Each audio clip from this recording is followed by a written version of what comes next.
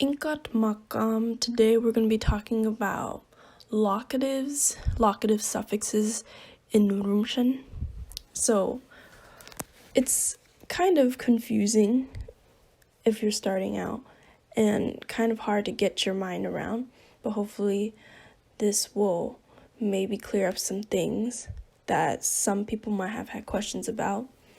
So first things first, the locative suffixes in Rumsen, usually they all mean in, on, or to. So it's just a general placement suffix. And there are 3 variations. They're all kind of related to each other, but we're gonna get into them and explain why some of them go on certain words. There are rules that apply to which one goes on which word. So in Rumsen, there is a thing called a surface form, and there's a thing called an underlying form. So this is very phonology heavy based, but a surface form in Rumsen is usually what we see. Just like if you open up a dictionary, there's no Rumsen dictionary, but if there was one, you open up the dictionary and you see the word, you ask a person, what is the word, for house? Then the person just says rukk. That's the word for house. But the underlying form is kind of like a hidden form that you don't usually see right away. But there is a form that is hiding. And if you learn Rumsen, you kind of have to know both the surface and the underlying form. I cannot stress this enough. You have to know both of them because both of them are very important. But you kind of have to memorize multiple things when you're learning this language. So let's go through a couple of examples. As we talked about before, there's the word rukk. It means house. So if you ask someone what is the word for house, they say rukk. But there is an underlying form, and that's rukka. As you can see, there is an A hidden. It doesn't usually come up, but it is there. And as you can see, I've highlighted the differences between the surface and the underlying form in green. So let's go through more of these. The word for language is riks. Very consonant heavy word, riks. But the underlying form is richas. Richas. The word for nails, like fingernails, is tursh. Tursh. But the underlying form is turish. Now, sometimes the surface and the underlying form are the same. So you don't really have to worry about, for those words, what's the difference. So, for example, the word for sky, charrach. It's the same for both surface and underlying, charrach. The word for beach, kaw. And sometimes there are really long, what I call here a long word is a word that has more than 2 syllables, so 3 and up. Like the word for kiss, my yisps, it has 2, in the surface form, it has 2 syllables, but in the underlying form, it has 3. So the underlying form is my yispis. So I consider my yisps a long word because in the underlying form, it has more than 2 syllables. So I would say I learned Mutsun first. It's very related to Rumsen. Rumsen spoken around Carmel, Monterey, that kind of area. Mutsun is spoken a little bit more up north and away from the coast, around Watsonville, San Juan Bautista.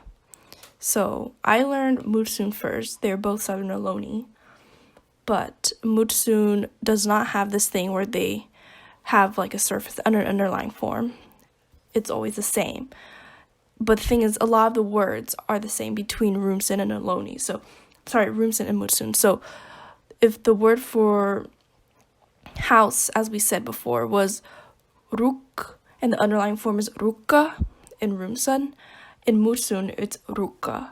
So it's always rukka in Mutsun. So that's why I think, at least for me, when I was learning Rumsen, it was a lot easier or it was easy to grasp because I already knew the words and I already knew the underlying forms. But if you're starting Rumsen from scratch, you have to memorize both underlying and surface form. You just have to know it. So that's a problem with languages that have a lot of abstractness. This is called abstractness, very phonology based.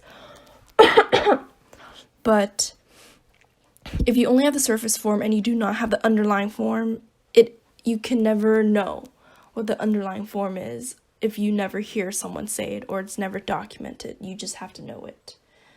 So that's really complicated, but over time it does get easier. I encourage people to actually challenge themselves. This is a really fun language. It can get a little complicated, but it is very interesting phonology wise. So to overview the locative suffixes again, I'll say this again. Both the underlying and surface form are important to know. And I'm talking about surface and underlying forms because you can find the underlying form when a noun has a locative suffix attached. So if you want to form a locative phrase with a noun in Rumsen, you have to know the underlying form. So to go through this again, the first one is tkk, that's the suffix. So we say tkk when the underlying form ends in a vowel. So again, we have the word for house, rukk. And as you can see, there is an A that is deleted in the surface form.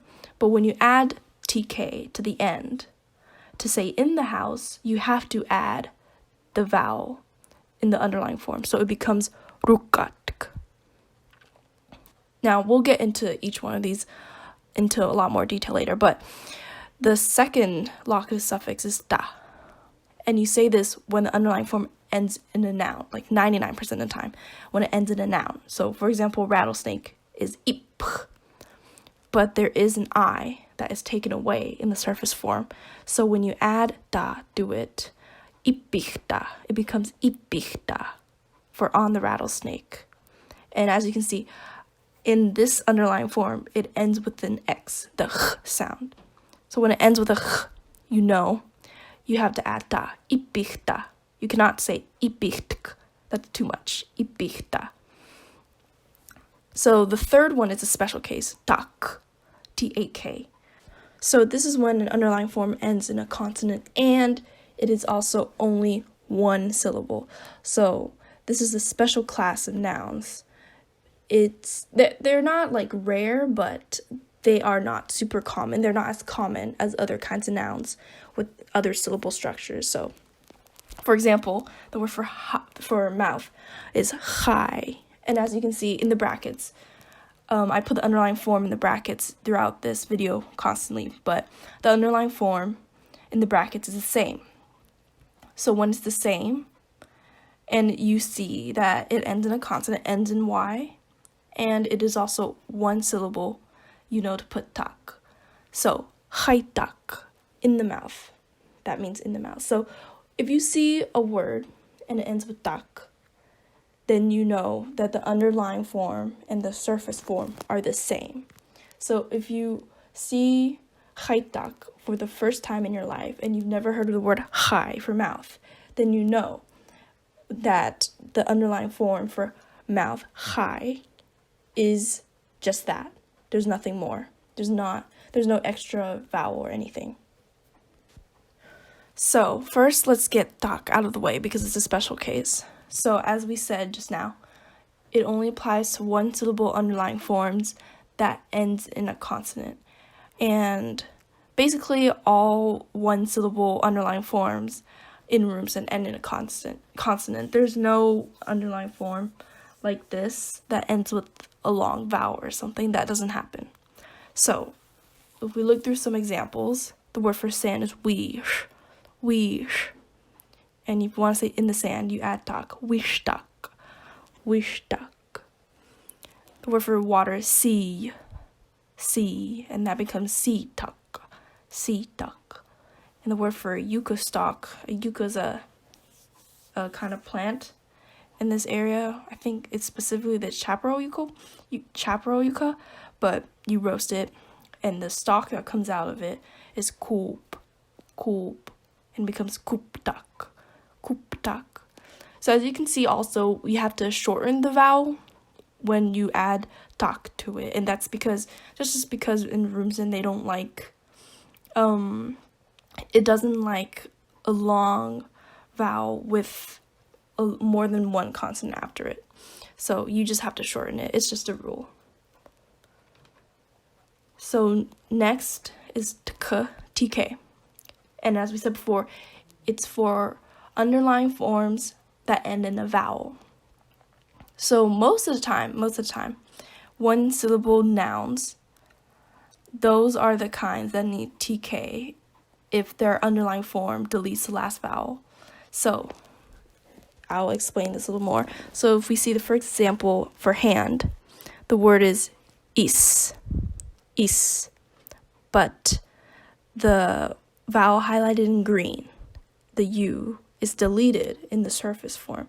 So the underlying form is actually isu, and when you add the locative, it becomes isutk.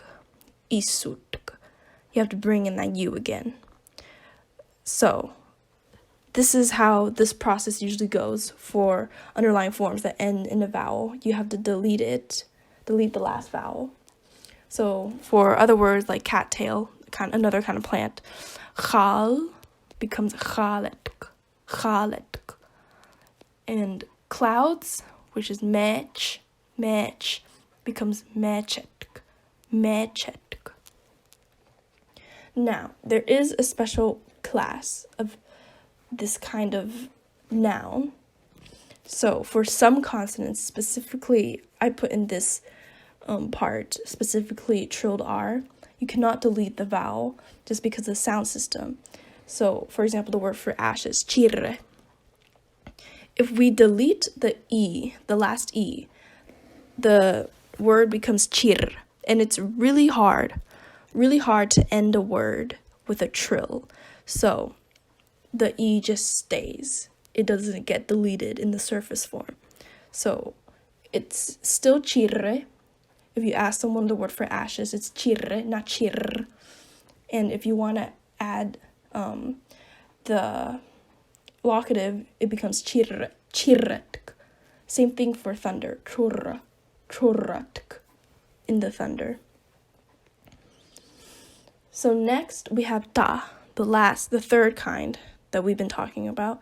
So ta usually comes when an underlying form ends in a consonant, but it has more than one syllable, because as we can remember, if an underlying form has one syllable and ends in a consonant, it has to be for tak. But because most underlying forms have more than one syllable, then we have to use ta if it ends in a consonant. So if we look at some of these words, word for canyon is wak, very consonant heavy. It has a hidden O, gets deleted. Again, it's the last vowel. But when you add ta, it becomes wakochta. You have to bring it back in. Same for intestines, reerk, becomes reerchokta. And sometimes you can have like these really crazy combinations, like the word for ear, tuchs. It becomes tuchsusta. And the word for dry pinole, it's a kind of food. You mash up like maybe seeds or something, and it becomes a powder, and it's dry, you don't add water to it. That's called kurk. And it has a hidden A, so you have to say kurkachta. Now, for some consonants, we were kind of like foreshadowing this. For some consonants, these are W, R, L, Y, M, and N. You cannot delete the vowel. And that's, again, because of just sound complications. So usually we have to delete the last vowel, but for these kind of words, it's really hard to do that. So you just keep the vowel. For example, the word for muscle, chakkau. if we delete the last A and it just becomes XAKKW, becomes hakku. And that's really hard to say, hakku, hakku. You know, you have to have a vowel in there. So you just keep it. So that's why the surface form and the underlying form are the same. So hakko becomes hakkota, hakkota. Same thing for eyebrow, shimpur. If you take away the U, it becomes like shimpr. And that's really hard to say. So you just keep the vowel. It stays shimpur, shimpurta. And like coyote, machan, machan. If you take away the last A, it becomes machin. That's really hard to say because it's an N. So you keep the A, machanta, machanta. And same thing for hill, chipil. If you take away the I, chipil, it's just weird because the nature of the sound of the L just makes it hard to pronounce. So chipil becomes chipilta. So if we go back to words that I was saying before, that were how I consider long in this video, if it has more than 2 syllables in the underlying form, then usually it is ta instead of tuk. It's usually ta because most of the time these words end in a consonant in the underlying form. So let's look at, for example, leg, takuchips, takuchips. 3 different kind of consonants, but the underlying form is takuchpis, and it becomes takuchpista. On the leg, takuchpista. Same with crow, kakariuch, becomes kakariwichta, kakariwichta. And food, ammachansh, ammachansh, ammachanishta. So, hopefully this really helps with understanding why sometimes some magical vowel just appears out of nowhere when you add a locative. But Rumsen is a wonderful language. I suggest people to learn more about it, study a little bit. The abstractness is really interesting, and good luck.